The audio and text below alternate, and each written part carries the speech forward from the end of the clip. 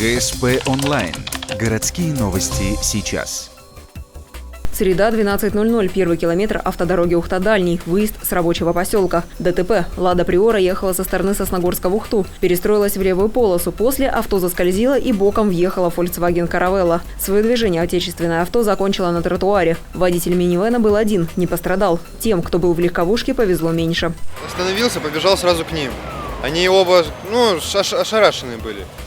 Помог им ремни отстегнуть и вытащил сперва пассажирку, потом водителя. И водитель сперва постоял, вызвали гаишников, его потом увезли на скорую. Я не помню ничего. Как-то вылетело из головы, он сказал. Забыл. А что мы побежали, он минут 2 вот так сидел контуженный, ничего не напулял вообще. У водителя Приоры травма головы, множественные раны от разбитого стекла, возможно, сотрясение мозга. На данный момент инспектора ГИБДД оформляют данное происшествие. Вина устанавливается, опрашиваются свидетели, очевидцы.